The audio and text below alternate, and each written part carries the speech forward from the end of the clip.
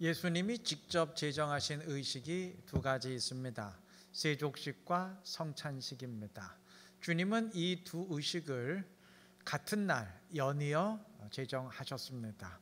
요한복음 13장 15절의 증언처럼 주님은 제자들의 발을 씻기시고 내가 너희에게 행한 것 같이 너희도 행하게 하려 본을 보였노라 하시면서 세족식을 행할 것을 명하셨습니다. 아울러 주님은 최후의 만찬인 성찬식을 행하시면서 누가복음 22장 19절 증언처럼 너희가 이를 행하여 나를 기념하라 하심으로 역시 성찬식을 제정하셨습니다.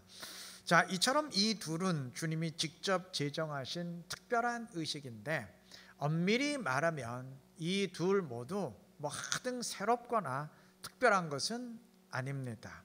일단 발을 씻어주는 세족식은 당시 모든 집에서 일상적으로 하던 일이었습니다. 이스라엘은 사막 지역이라 사람들이 주로 샌들 위에 신발을 신고 다녔기 때문에 발에 먼지가 많이 묻을 수밖에 없었고, 그래서 외출했다가 돌아오면 늘 하인들이 주인의 발을 씻겼습니다. 어디서나 볼 수 있는 일상적인 일이었다는 말입니다. 성찬 역시 마찬가지입니다. 물론 오늘날에는 성찬식을 행할 때 집내 목사가 늘 가운을 입고 또 포도주를 먹을 때도 포도주 잔, 특별한 성찬용 잔을 사용하기에 그 성찬식이 아주 독특한 교회의 의식이 되었지만 이거는 후대의 교회가 만들어낸 방식이고 원래 주님이 행하시고 명령하신 성찬식은 유월절 식사로서 이스라엘 사람이라면 그 누구나 다 하는 식사였습니다. 초대교회 성찬식도 그냥 일반 식사였습니다. 여러분, 식사가 특이한 것은 아니지 않습니까? 그 사람이라면 누구나 다 하는 것 아닙니까? 자, 성찬이 기념하는 십자가 피 흘림도 마찬가지예요. 당시 십자가 죽음은 사형수들에게 흔히 행해지던 로마의 사형 방식이었습니다. 예수님 이전에도 많은 죄수들이 십자가에 못 박혀 죽었고 예수님 이후에도 마찬가지였습니다. 그러니까 하도 특별하거나 새로운 것이 아니었다는 말입니다. 자, 이처럼 주님이 새롭게 만든 것은 사실 아무것도 없어요. 그럼에도 주님이 성찬식과 세족식을 제정하셨다고 말하는 이유는 눈에 보이는 모습은 하등 새로울 것이 없지만 그 안에 담긴 의미는 완전히 새롭게 바뀌었기 때문입니다. 세족식은 원래대로라면 종이 주인의 발을 씻기는 행위입니다. 낮은 위치의 사람이 높은 사람에게 행하던 그런 의식입니다. 그런데 주님이 행하시고 명하신 세족식은 정반대죠. 가장 높으신 분이 종들의 발을 씻기셨어요. 만왕의 왕이신 주님이 죄인들의 발을 씻겼습니다. 발을 씻기는 행위 자체는 늘 보는 모습인데 그 의미는 아주 극과 극으로 달라졌습니다. 성찬식 역시 원래대로라면 유월절 출애굽을 기념하는 식사입니다. 그런데 그 주님은 그 식사가 출애굽의 성취, 유월절의 성취를 기념하고 함께 참여하는 식사가 되게 하셨습니다. 성찬이 기념하는 십자가 죽음 역시 원래는 가장 흉악한 죄인들이 죽는 방식이었습니다. 그런데 주님의 십자가 사건은 정반대죠. 가장 흉악한 죄인이 죽는 게 아니고 가장 깨끗하신 분이, 아니 온 세상에서 유일하게 죄 없으신 분이 죄인들을 위해서 죽으셨습니다. 역시 눈에 보이는 모습은 똑같은데 그 안에 담긴 의미는 가히 혁명적이라 할 만큼 바뀌었습니다. 여러분, 세상의 질서를 뒤집어 엎는 그러한 혁명적인 의미를 담은 의식이라면 형식도 그에 따라서 좀 독특하고 신비로워야 되는 것 아닌가요? 세상이 생각할 수 없는, 세상의 질서로는 꿈꿀 수 없는 놀라운 의미를 함축하는 의식이라면 형식도 그에 따라서 뭔가 좀 새로워야 되는 것 아니겠습니까? 그게 상식 아닙니까? 내용이 특별하면 포장도 좀 달라져야 되는 것 아닙니까? 그런데 주님은 그렇게 하지 않으셨습니다. 주님이 의도적으로 그렇게 하셨다고 생각되는데 왜 그러셨을까요? 이건 뭔가 이상한 일이에요. 이상한 일을 하셨을 땐 뭔가 특별한 의미가 있다는 말인데 왜 그러셨을까요? 뭘 암시하는 것일까요? 어렵게 생각할 필요 없습니다. 일단 아주 간단하게 주님처럼 하라는 의미로 받아들이면 됩니다. 주님은 새로운 의식이나 형식 만들지 않으셨어요. 그럼 뭐 우리도 그렇게 하면 됩니다. 대신 주님은 동일한 행동이지만 그 의미는 완전히 혁명적으로 바꾸셨습니다. 그러면 우리도 그렇게 하면 됩니다. 자, 예배를 예로 들자면 물론 필요하면 우리가 예배 형식 바꿀 수 있죠. 그러나 형식 안 바꿔도 됩니다. 아무 상관없어요. 그 대신 어떤 경우라도 예배의 의미와 이유는 완전히 혁명적으로 바꿔야 됩니다. 그저 교회 안에서의 예배로만 끝내던, 교회 안에서만 드리고 끝내던 이제 삶으로 살아내기 위한 첫 출발로서의 예배로 완전히 바꿔야 됩니다. 기도 역시 그래야 됩니다. 뭐 기도의 스타일, 기도 스타일 바꿀 수도 있지만 안 바꿀 수도 있어요. 상관없습니다. 기도의 성공과 실패는 어떤 형식으로 기도하느냐 그것에 전혀 달려있지 않습니다. 안 바꿔도 돼요. 단 기도의 의미와 이유는 완전히 바꿔야 됩니다. 내 뜻을 주장하고 관철시키려던 기도에서, 나의 목적을 이루기 위한 수단으로서의 기도에서 주님의 뜻을 구하는 기도로, 나를 주의 뜻에 맞게 완전히 쳐서 복종시키는 기도로 완전히 정반대로 바꿔야 됩니다. 교회 밖의 삶 역시 마찬가지입니다. 여러분, 그리스도인이 되었다고 해서 뭐 이전과 다른, 예수 믿기 이전에 지금까지 살던 삶과 다른 뭐 특이한 일을 해야 되는 것 아닙니다.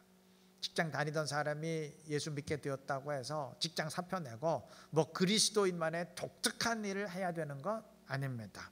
공부하는 학생은 뭐 이전과 똑같이 공부하고, 사업하는 사람은 이전과 똑같이 사업하고, 직장 다니던 사람은 뭐 똑같이 직장 다니면 됩니다. 아무 상관없어요. 단 그 이유와 의미가 이전과는 완전히 달라져야 됩니다. 다른 사람들과는 확연히 구분되어야 합니다. 학생은 계속 공부하되 공부하는 이유가 바뀌어야 되고, 사업하는 사람은 계속 사업하고, 뭐 직장 다니는 사람은 계속 직장 다니되 그 이유와 의미가 완전히 새롭게 바뀌어야 됩니다. 이전에는 개인의 성공과 자아 실현만을 위해서 그것을 했다면 이제는 하나님의 뜻과 영광을 위해서 해야 합니다. 인생을 살아가는 의미 자체가 근본적으로 바뀌어야 됩니다. 의식 안 바꿔도 좋다, 하는 일 안 바꿔도 된다, 독특한 일 안 해도 상관없다. 단 의미를 바꿔라. 그 이유와 목적을 완전히 바꿔라. 주님이 그것을 암시하셨습니다. 그렇게 하시기 바랍니다. 이전과 똑같은 예배를 드릴지언정 예배드리는 이유와 의미를 완전히 바꾸시기를 바랍니다. 올 한 해에도 작년과 똑같은 일을 하며 살아갈지언정 이유와 의미는 완전히 바꾸시기를 바랍니다. 나를 위하던 삶에서 주님의 영광을 위한 삶으로 완전히 바꾸시기를 바랍니다. 그래서 그리스도인의 삶을 살며 주님의 영광을 더 충만히 드러낼 수 있는 지혜롭고 신실한 우리 모두가 되시기를 바랍니다. 예수님이 세족식과 성찬식을 제정하셨지만 당시 그 누구도 이 의식들을 통해서 예수 믿는 사람이라는 것을 확인하고 드러내고 증명할 수가 없었습니다.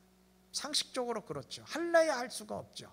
아니 남들 다 하는 식사고 집집마다 다 하는 세족식인데 어떻게 그걸로 내가 그리스도인 된 것을, 내가 특별한 사람이라는 것을 드러내고 증명할 수가 있겠습니까?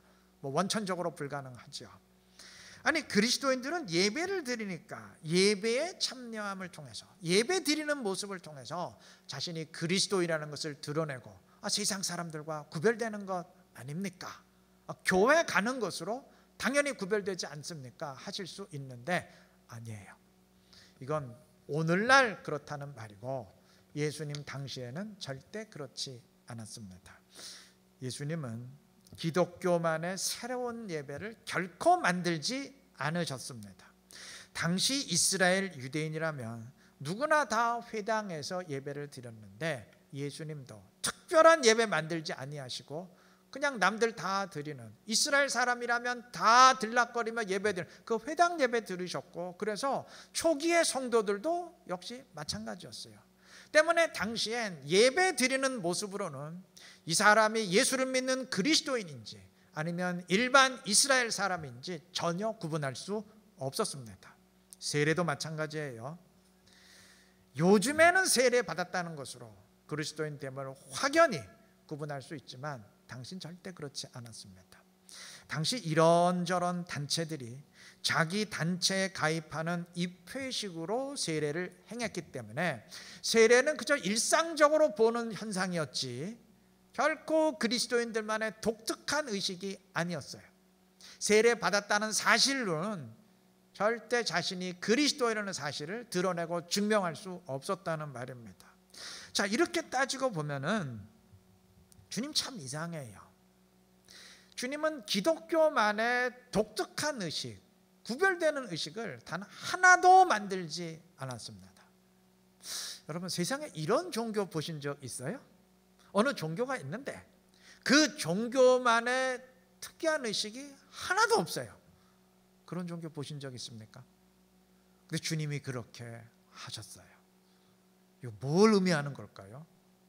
여러분, 그리스도인은 결코 그 어떤 의식을 행하는 것으로 그리스도인됨을 증명하고 세상 사람들과 구별될 수 없다는 의미입니다. 구별될래야 구별될 수가 없죠. 우리들만의 독특한 의식이 하나도 없으니까 의식만으로는 절대 구별될 수가 없죠. 그럼 무엇으로 그리스도인됨을 확인하고 증명하는가? 의식 자체는 하등 새로울 것이 없지만 그 의식에 담긴 의미는 정말 혁명적으로 바뀌었습니다. 때문에 그 의식을 그저 형식적인 쇼로 하지 아니하고 진정한 마음으로 행하는 사람이라면 그 삶의 모습이 당연히 세상 사람들과 구별될 수밖에 없습니다. 다를 수밖에 없습니다. 세족식 자체는 남들 다 하는 일이지만 높은 사람이 낮은 위치에 사람의 발을 씻기며 섬기는 일은, 주인이 종의 발을 씻기며 섬기는 일은 오늘날도 있을 수 없는 일이지만 당시 신분이 철저히 나뉘어졌던 그 당시에는 전혀 있을 수 없는 일이에요. 없는 일입니다. 때문에 그 의식을 그저 보여쇼가 아니라 진정으로 행하는 사람이라면 나는 이러한 사람입니다 라는 진정성을 가지고 그 의식 행하며 그대로 사는 사람이라면 그 사람의 삶의 모습은 당연히 세상 사람들과 완전히 다를 수밖에 없습니다. 바로 그것을 통해서, 그 모습을 통해서 그리스도인들은 내가 그리스도인이라는 사실을 확인하고 보여주고 증명하는 사람들입니다. 성찬식 역시 예수님이 제정하신 대로라면 이건 일반 식사이기 때문에 사람이라면 다 하는 일입니다.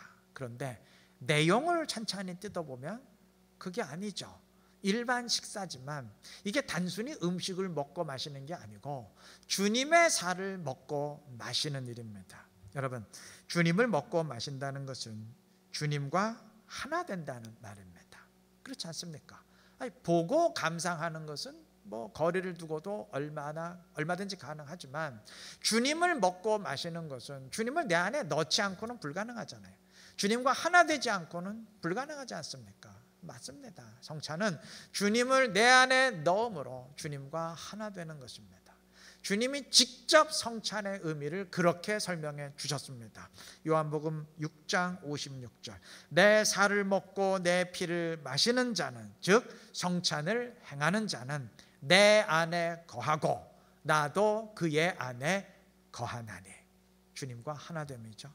이렇게 주님이 내 안에 거하고 내가 주님 안에 거하는 사람이 되면, 즉 성령이 내 안에 거하시는 사람이 되면 갈라디아서 2장 20절 말씀처럼 이제는 내가 사는 것이 아니고 내 안에 그리스도가 사는 삶이 됩니다. 그러면 당연히 죄의 본능을 죽이고 그리스도인답게 사는 사람이 되지 않겠습니까? 세상 사람들과는 구별된 모습 보이지 않겠습니까? 바로 그것을 통해서 그리스도인들은 내가 그리스도이라는 사실을 확인하고 세상 사람들과 구별되는 자들입니다. 여러분, 한번 스스로를 점검해 보시기를 바랍니다. 나는 과연 무엇으로 내가 그리스도인이라는 사실을 확인하고 있습니까? 혹시 주님의 의도와는 정반대로 하고 있는 것은 아닌가요? 나의 삶에서 기독교의 의식들을 다 빼보시기를 바랍니다. 원래는 독특한 의식이 아니었는데 후대의 교회에 의해서 독특하게 된 의식들, 이거 다 한번 빼보시기 바랍니다. 예배도 빼시고 성찬식도 빼시고 기도회도 빼시고 세례받은 것 빼시고 교회 다니는 것 빼시고 다 빼보시기 바랍니다. 그리고 남는 나의 모습, 그 모습으로도 내가 그리스도인이라는 사실을 확실히 확인할 수 있는지, 확실히 드러내고 증명할 수 있는지 한번 점검해 보시기를 바랍니다. 모든 의식들을 다 빼고 남는 것은 나의 일상의 삶이죠. 그런데 그 삶의 모습으로도 내가 그리스도인이라는 사실을 확실히 확인하고 드러낼 수 있다면 바로 그 사람이 주님의 뜻에 부합하는 그리스도인입니다. 그런데 혹시 그것으로는 전혀 증명이 안 되고 예배 드리는 걸로, 세례받은 것으로, 주일에 교회 가는 것으로, 그리고 사람들과 대화할 때 교회를 옹호하며 신앙적인 용어를 섞어 쓰는 것으로만 구별되는 건 아닌가요? 만약 그렇다면 그 사람은 결코 주님의 뜻에 부합하는 그리스도인이라 할 수 없을 것입니다. 주님이 정말 이상하게 보이리만큼, 정말 극단적이라 보일 만큼 의식을 하나도 안 만들었어요. 절대로 의식으로는 구별될 수 없도록 새로운 의식을 하나도 안 만들었어요. 그거는 구분될 수 없다는 얘기죠. 그런데 우리는 지금 그것으로 나를 구별하고 그것을 통해서 내가 그리스도인이라는 사실을 확인하고 증명하고 있는 것은 아닌가요? 여러분, 엊그제 송구영신 예배 들으면서 우리는 성찬식을 행했습니다. 코로나 시국이기에 온라인으로 행하다 보니까 이 자리에 참여하지 못하고 각자 집에서 참여할 수밖에 없었는데, 물론 사전에 교회에 오셔서 성찬용 포도주와 떡을 받아가신 분들이 상당히 많았는데, 또 그러하지 않고 각자 집에서 준비한 포도주스나 일반 떡을 드신 분들도 계셨을 겁니다. 자, 그런 경우 좀 이상한 느낌이 들 수도 있겠죠. 야, 교회에서 정식으로 포도주를 받아야 그게 성찬식이지, 이게 집에서 주스 떠놓고 하는 게 이게 무슨 성찬식이냐, 이런 나중엔 그냥 콜라 떠놓고 물 떠놓고 하겠다, 그런 느낌이 들 수도 있을 겁니다. 결론만 말씀드리면 전혀 상관없습니다. 포도주를 마시던 주스를 마시던 콜라를 마시던 물을 마시던 그 자체는 아무 상관없습니다. 사실 엄밀히 말하면 특별한, 오늘날 우리가 만들어 온 특별한 성찬용 음식 대신 일반 음식을 먹는 게 원래 주님이 제정하시고 명하신 성찬식의 의미에 훨씬 더 부합합니다. 중요한 것은 음식이 아니고 주님이 말씀하신 것처럼 내가 주님 안에 있고 주님이 내 안에 거하시는 하나됨입니다. 그래서 주님과 함께 살면서 주님이 뜻하신 열매를 맺어감으로 그것을 통해서 내가 그리스도인이라는 사실을 확인하고 드러내고 증명하고 세상 사람들과 구별되는 일입니다.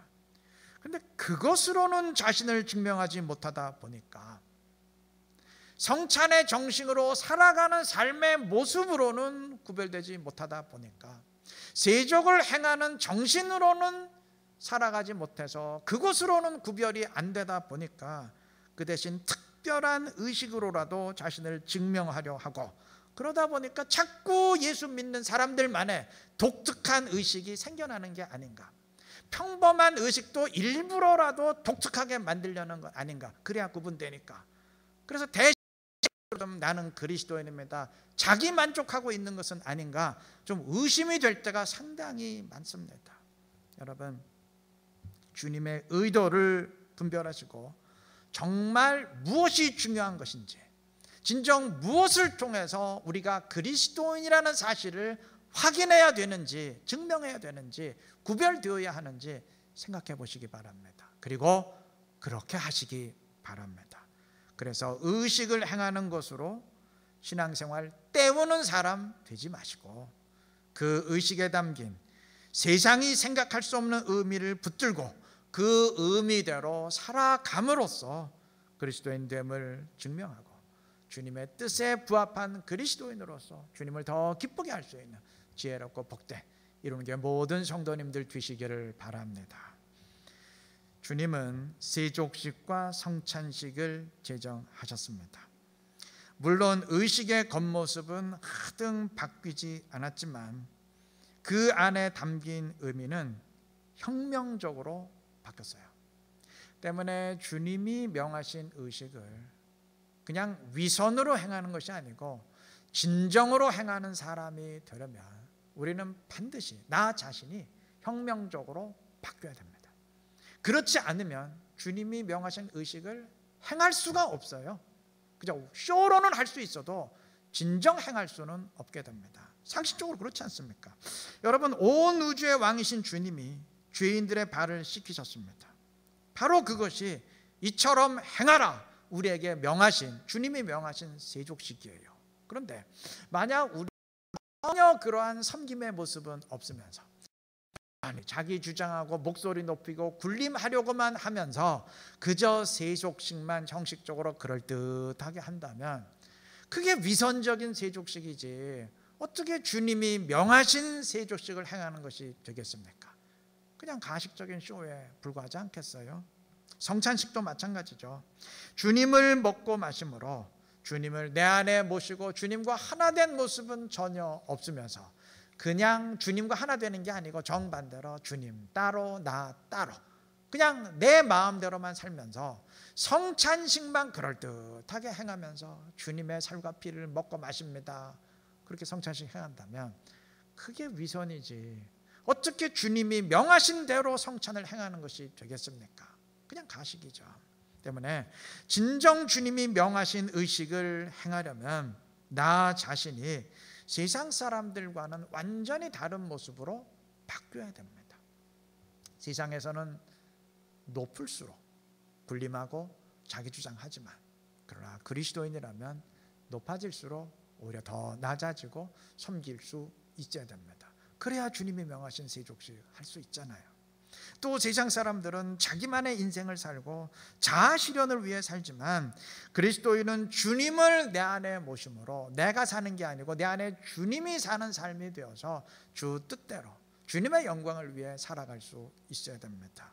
그래야 주님이 명하신 의식을 위선으로가 아니라 진정으로 행하는 사람이 될 수 있습니다. 자, 그렇다면 주님이 의식을 제정하시면서 이를 행하라 명하셨을 땐 의식은 안 바꾸어도 좋다. 단 너 자신은 완전히 바꿔야 된다. 너 자신은 완전히 혁명적으로 새로워져야 된다. 그런 의미가 아니겠습니까? 나 자신이 세상 사람들과 구별되도록 완전히 바뀌지 않는 한 절대 진정으로 행할 수 없는 의식을 만들어 놓고 행하라는 것은 다른 말로 하면 나를 완전히 바꾸라는 말이잖아요. 나를 바꾸지 않는 한 그 의식을 행할 수가 없거든요. 쇼가 아닌 한. 그러니 그 의식 행하라는 얘기는 나를 바꾸라는 말이 되지 않겠습니까? 내가 바뀌는 것, 그것이 곧 변화와 성장입니다. 그리스도인들은 이러해야 됩니다.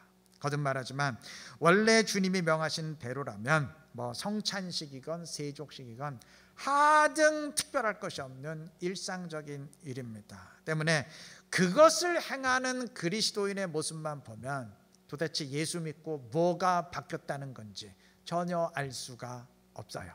식사하는 모습으로 저 사람 바뀌었구나 알아낼 수 있겠어요? 없죠. 그런데 한 사람 한 사람의 삶을 살펴보면 그게 아니에요. 완전히 달라요.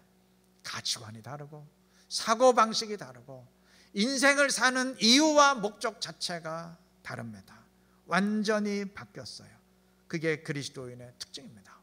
그렇게 바뀌고 계속 바뀌어가는 것이 그리스도인의 삶입니다. 계속 바뀌어가야 됩니다. 다른 말로 하면 계속 변화와 성장을 이루어 가야 됩니다. 오늘 새해의 첫 주일 예배를 우리는 드립니다. 2021년 새해가 시작이 되었는데 올 한 해 계속 바뀌어 가시기를 바랍니다. 부단히 변화와 성장을 이루어 가시기를 바랍니다. 새해가 되어서 그저 생물학적 나이만 한 살 더 먹는 게 아니고 영적으로도 한 살 더 먹고 2살, 3살 더 먹고 좀 성장해 가시기를 바랍니다. 그래서 주님의 뜻에 부합하며 주님을 더 기쁘게 하는 2021년 보람있고 의미 있는 한 해를 이루어갈 수 있는 지혜롭고 신실한 우리 이루는 게 모든 성도님들 되시기를 그리스도의 이름으로 축원합니다.